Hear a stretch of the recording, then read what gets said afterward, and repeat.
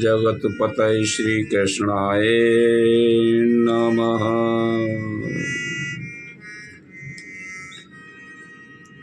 श्रीमद् भगवत प्रेमियों, हम आपके अमृतमय भगवान की पवित्र कथा को श्रवण कराने के लिए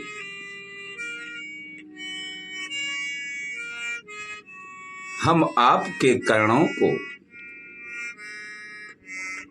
धन्यवाद मानते हैं। आप परमात्मा की मधुर मधुर अमृतमयी रसीली कथाओं का रसास्वादन करते हैं। मेरे मधुसूदन की अमृतमयी कथाओं में वह भाव भरा रस है। इन्हें श्रवण करने से शरीर ऐसे मालूम पड़ता है जैसे अमृत पान कर रहा हो।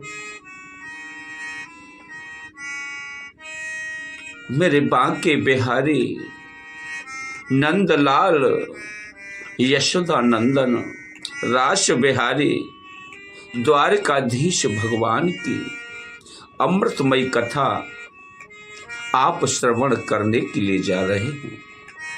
भगवान का द्वारकापुरी में लौटना और 16,100 कन्याओं से विवाह करना, इस विषय में हम आपको अवगत करा रहे हैं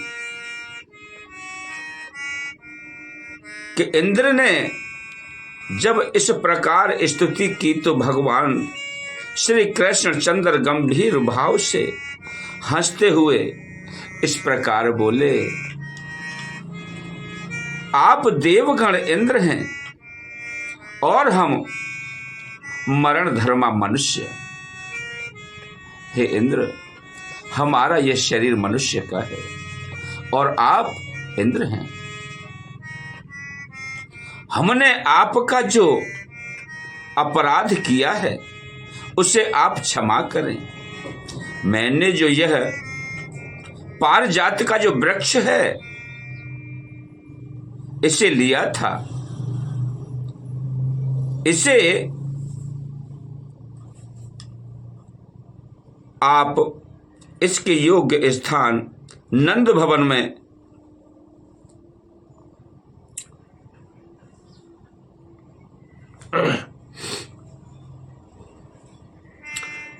ले जाइए। हे शक, मैंने तो इसे सत्यभामा के कहने से ही ले लिया था और आपने जो वज्र फेंका था उसे भी आप ले जाइए, क्योंकि हे शक्र, ये शत्रुओं को नष्ट करने वाला अस्त्र आपका ही तो है, आप इसे ले जाइए। तब इंद्र ने कहा, हे ईश्वर, हे जगतपति, हे ब्रह्म, मैं मनुष्य हूं, ऐसा कहकर मुझे आप क्यों शर्मिंदा करते हो, क्यों मोहित करते हो? हे भगवान, मैं तो आपके इस सकड़ रूप को ही जानता हूं। हम आपके सूक्ष्म स्वरूप को जानने वाले नहीं हैं प्रभु। हे नाथ, आप जो हैं आप वही हैं, हम तो इतना ही जानते हैं। हे मधुसूदन, हे बांके बिहारी, हे नाथ, आप जो हैं वही हैं। हे दैत्य दलन, आप लोक रक्षा में तत्पर हैं और इस संसार के कांटों को निकाल रहे हैं। हे कृष्ण, इस पारिजात वृक्ष को आप द्वारकापुरी ले जाइए। जिस समय आप मृत्युलोक छोड़ देंगे उस समय वह भूलोक में नहीं रहेगा। हे देव, हे जगन्नाथ, हे कृष्ण, हे विष्णु, हे महाबाहो, हे शंख पद्म पाणे, मेरी इस धृष्टता को क्षमा कीजिए। मैं आपसे प्रार्थना कर रहा हूं। श्री हरदेव राज के तुम्हारी जैसी इच्छा वैसा ही सही, ऐसा कह करके सिद्धि गंधर्व और देव ऋषिगण से स्तुति हो भूलोक में चले गए। हे द्विज, द्वारकापुरी के ऊपर पहुंच करके भगवान श्री कृष्णचंद्र ने अपने आने की सूचना देते हुए शंख बजा करके द्वारका वासियों को आनंदित कर दिया।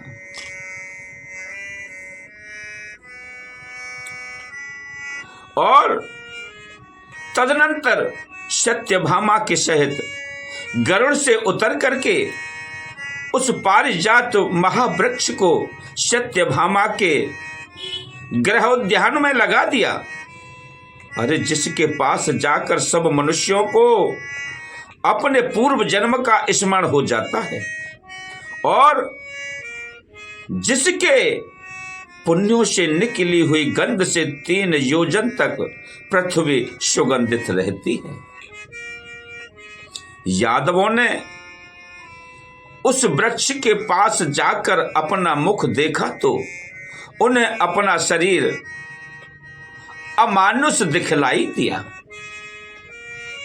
तदनंतर महामती श्री कृष्णचंद्र ने नरकासुर के सेवकों का द्वारा नरकासुर के सेवकों के द्वारा जो लाई हुई संपत्ति थी, हाथी घोड़े धन को अपने बंधुओं बांधवों में बांट दिया और नरकासुर की वर्ण की हुई उन कन्याओं को भगवान श्याम सुंदर ने, मेरे मनोहर मुरलीधर बांके बिहारी ने स्वयं ही रख लिया।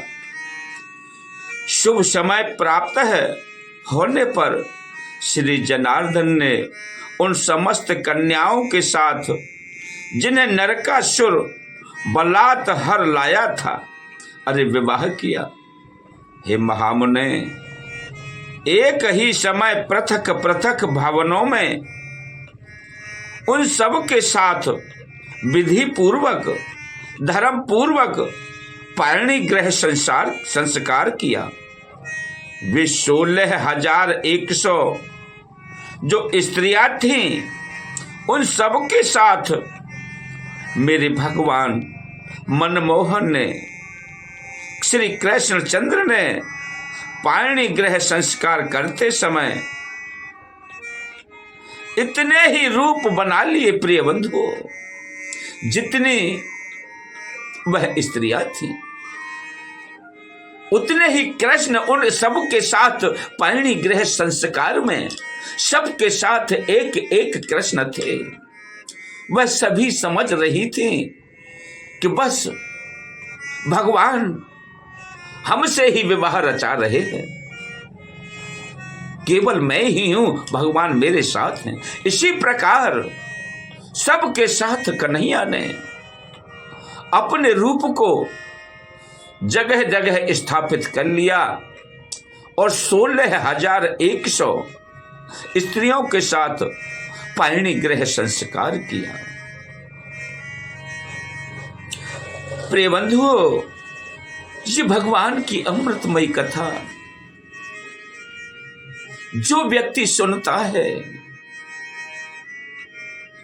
वह मोक्ष के लिए प्राप्त होता है, उसके पाप नष्ट होते हैं। भगवान का संकीर्तन करते हुए अमृतमयी कथाओं को श्रवण किया करें।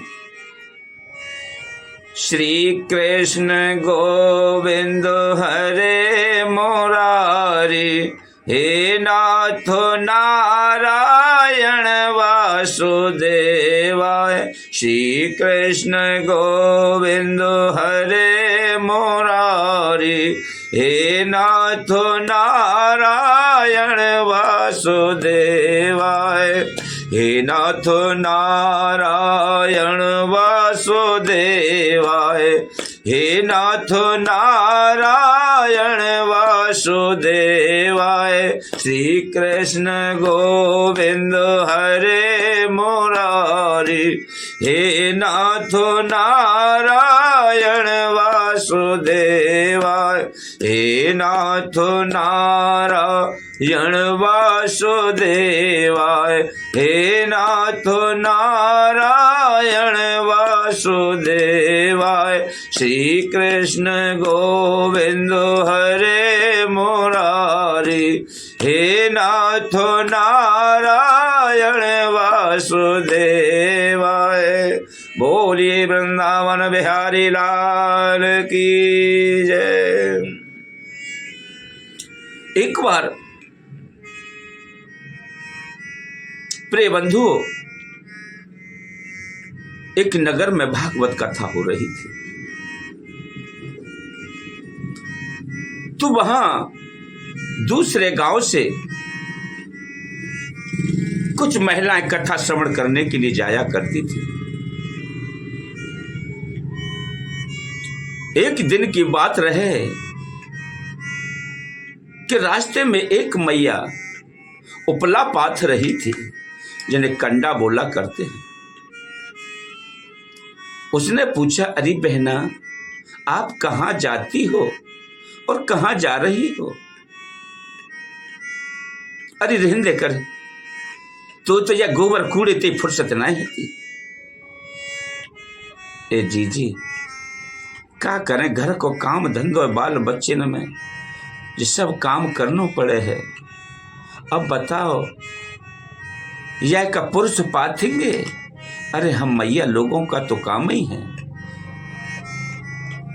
कि गौधन से ले जा करके गोबर को एकत्रित करके उपले पाथना। अरे बड़ी ज्ञानधानी बात कर रही है। हम कथा सुनने जा रहे हैं, भागवत सुनने जा रहे हैं। अच्छा, कहाँ है रही है जी? वहाँ गाँव में भाई, वो जंगल में हथका मड़ी पे वहाँ। अच्छा जी एक बात बताओ, आप हम ले चलो ही? तू जाइए भाई, पहनते जाए, हमारे पहनते जाए, हम तो जा रहे हैं। जी नित्य न रुके जाओ, तो हम उन्हें हाथ पाँव धोया में, कपड़ा पहने में, तो हम चले जल्दी कर। अच्छा जल्दी जा, तो हम रुके रहे। अब वह स्त्री अपने घर को गई। उन्होंने अपने हाथ पैरों को धोया, स्नान किया। जैसी उसके पास धोती थी, फटी पुरानी, लेकिन थी धुली हुई, उसे पहन करके उससे कुछ नहीं मिला। तो भगवान कन्हैया की अमृतमयी कथा का पान करने के लिए अब तो वह उतावली हो रही है। कुछ कसार तो भुजा नहीं, उसने आटे में ही बूरा मिला करके उसे प्रसाद बना करके और लेकर के भाग छूटी। इतने में वो चली गई,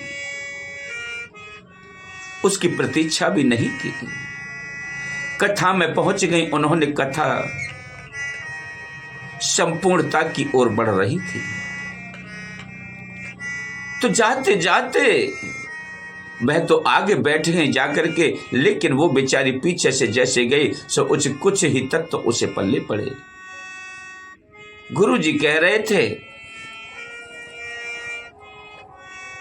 कहे माताओं, हमेशा इस बात को ध्यान रखो कि पति ही परमेश्वर होता है। जो अपने पति की आज्ञाकारिणी हैं, उन्हें स्वर्ग की प्राप्ति होती है। वह ही पतिव्रता है। पति की आज्ञा के बिना न तो खाना न किसी कार्य को आगे बढ़ाना, पति की सेवा में हमेशा तत्पर रहना, यह पतिव्रताओं के लक्षण हैं। पति की आज्ञा के अनुसार भगवान को भोग लगा करके, जब भगवान भोग लगा लें तब उसके बाद अपने आप को भोग ग्रहण करना चाहिए। पहले पति के लिए आप सेवा करें और जब भगवान का भोग लगाओ, पति को खुश कर लो, भगवान प्रसाद पाले, तब उसके बाद आप उसको भगवान का प्रसाद समझ करके आप ग्रहण करें। इतना वक्तव्य सुनने के बाद मैं आरती के लिए बोले कि आरती के लिए खड़े हो जाओ। सभी लोग आरती के लिए खड़े हो गए।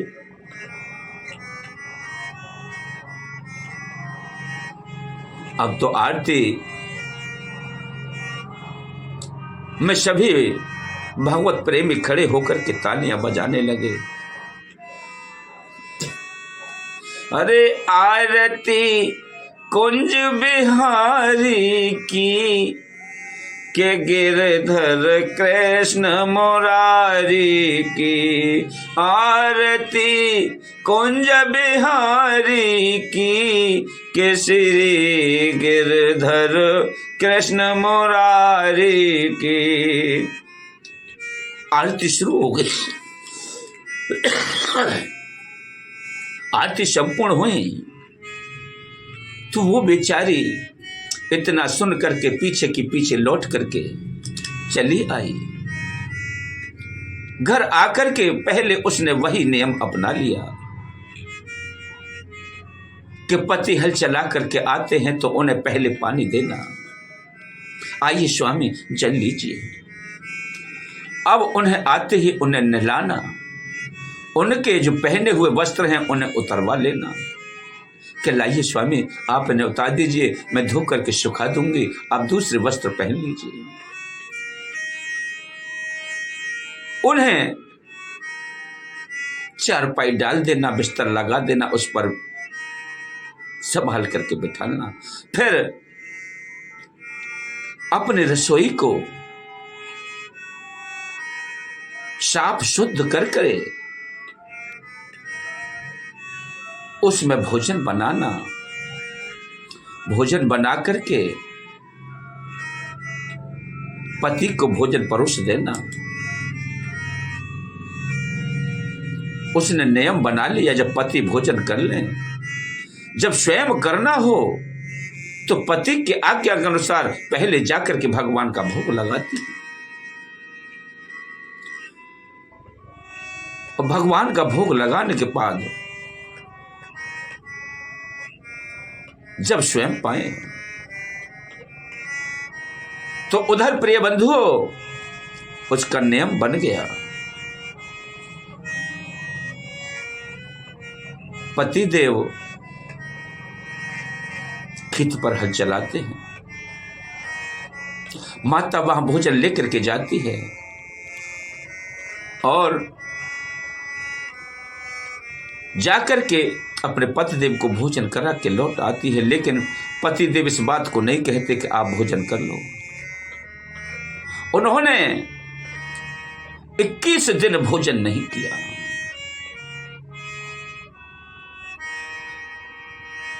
जब ब्रह्मपुत्र नारद उधर एक संत वेश में आकर के पधारे तो उन्होंने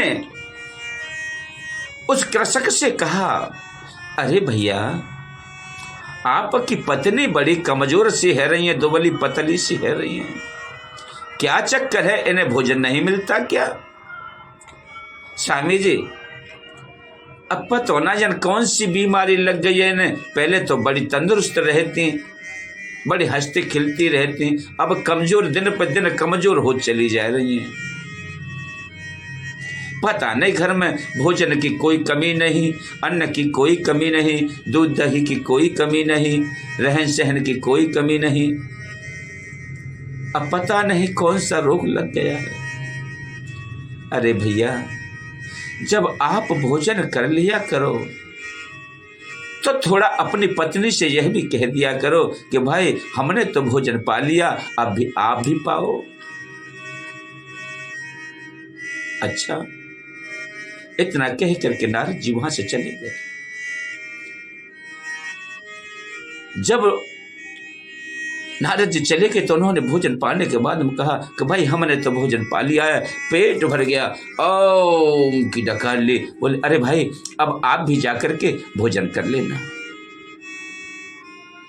अब तो पतिदेव की आज्ञा हो गई तो घर पर पहुंची। घर पर पहुंचने के बाद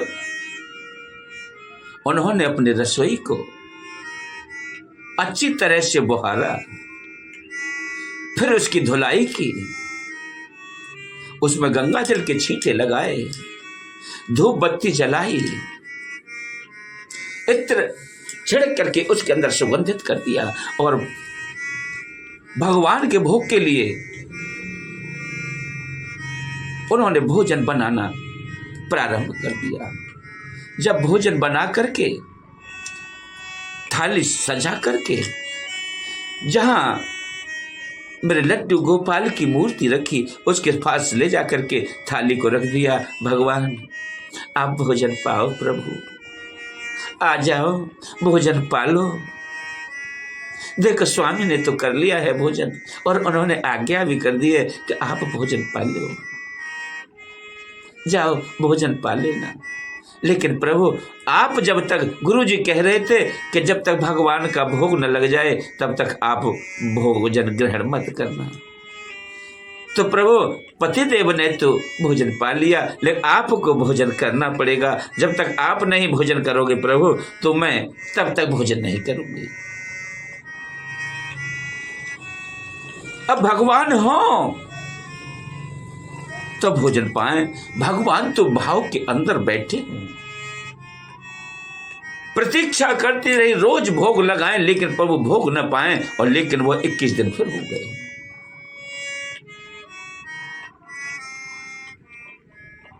अब तो उसका ध्यान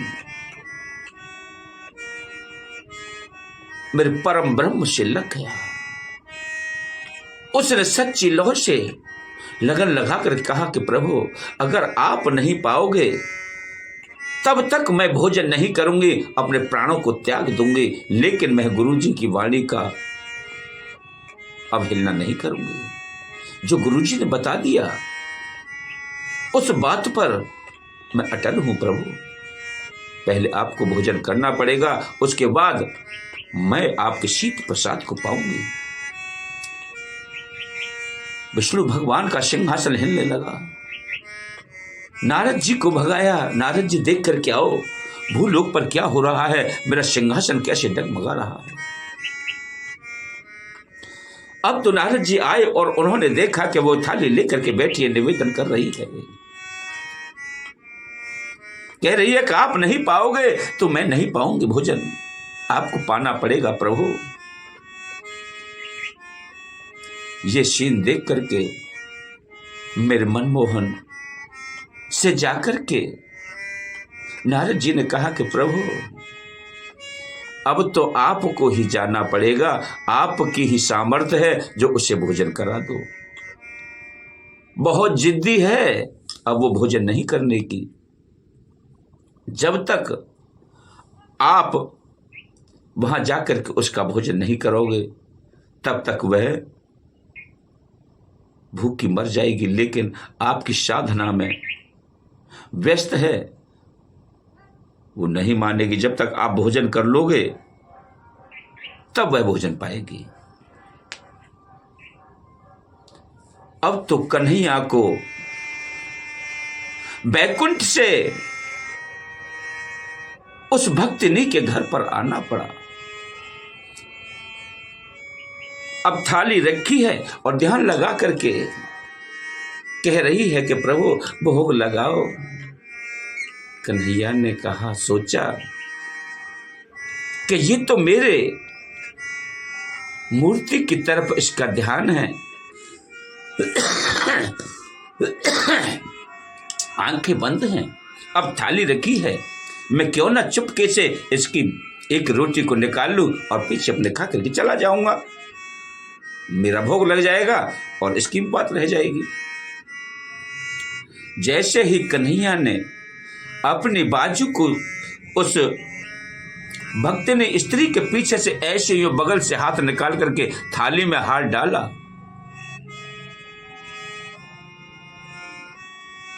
उसको महसूस हुआ कि श्याम सुंदर चोरी कर रहे हैं। उन्होंने तुरंत ही ऐसे करके और पकड़ लिया हाथ को। बोले, अरे छलिया, मैं तुझे जानती हूं कि गोपियों का माखन चुरा चुरा के खाया है।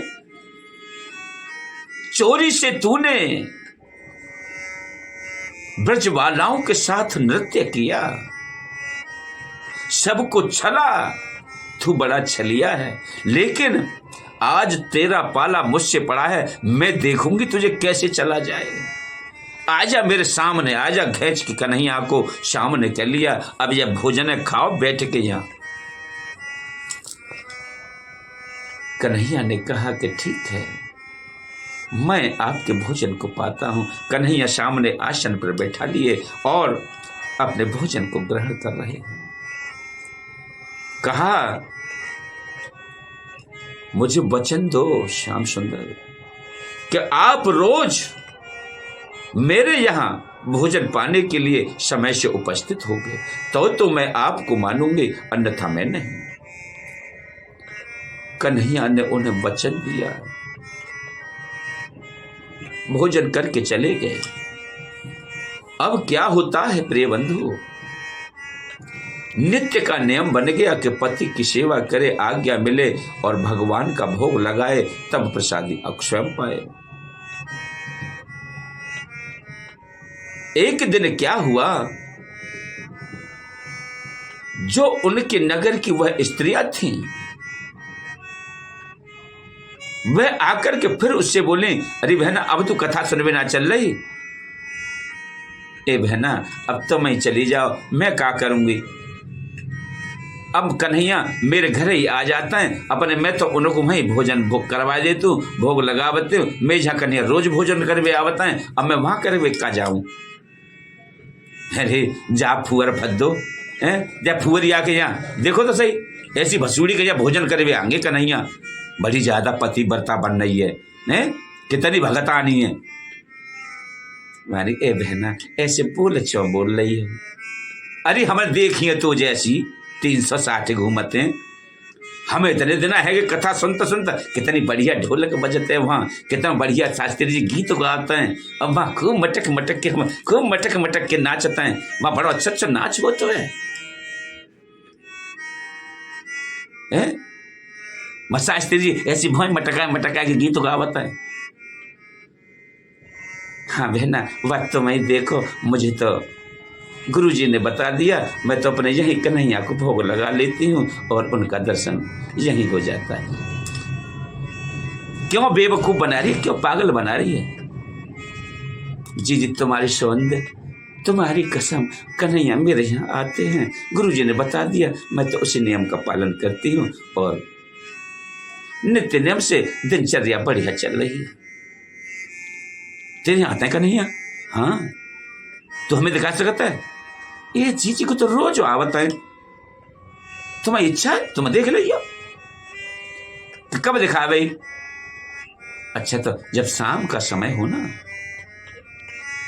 जब मेरे स्वामी को मैं भोजन आदि से निवृत्त कर दूं, उनकी सेवा से निवृत्त हो जाऊं, और जब मैं कन्हैया का भोग लगाऊं, उस समय तुम वहां आ जाना और देख लेना, कन्हैया भोग लगाते हुए देख लेना, आप भोजन करेंगे। वो तो रोज आते हैं जी। अरे काय को बेवकूफ बना रही है। अच्छा, उन्होंने संकल्प कर लिया कि हम भी तो देखते इस फूरिया को कैसे कन्हैया के हाथ हैं, ये दारी की फरिया फाट डाल कर डालेंगे हम तो। दादी ने को बातें झूठी निकली आई तो तेरी ऐसे समाज में चिड़िया चेतन करवाएंगे तो सब फरिया फाट डालेंगे। जो बनते का है तू ज्यादा। जी ऐसी बात ना करो। अब वो चली गई। जब संध्या का समय हुआ वो सभी सेवाओं से निवृत्त हो गई। उस समय अपने रसोई को बना करके कन्हैया का भोग लगाया। तो प्रिय बंधुओं, मेरे श्याम सुंदर दौड़े चले आए और आकर के उस भक्त रूपी स्त्री के सामने बैठ गए और भोग को स्वीकार करने लगे। उन्होंने क्या किया, अरे जब कन्हैया आ जाए ना तो मैं तुम्हें इशारों कर दूंगी, इशारों, आ जाओ आ जाओ आ जाओ आ जाओ, मेरा हाथ समझ रही हो कि ठीक है। अब जैसे ही कन्हैया भोग लगाने लगे वो दरवाजे में झकी रही। तो उन्होंने पीछे से ऐसे हाथ का इशारा झाला दे दिया, आ जाओ चीची आ जाओ देख लो कन्हैया कर रहे कि ना कर रहे। और वो सभी एक साथ अर्रा के पड़ी। तो बोली चोरी थाली तो रखी है और तू अकेली बैठी है, क्या कर रहे भोजन बना रही है। अब देखेंगे ते सोते तो कैसे फरिया फार करते हैं, कितनी भगतानी बनते हैं, नाटक दिखावते हैं हमें।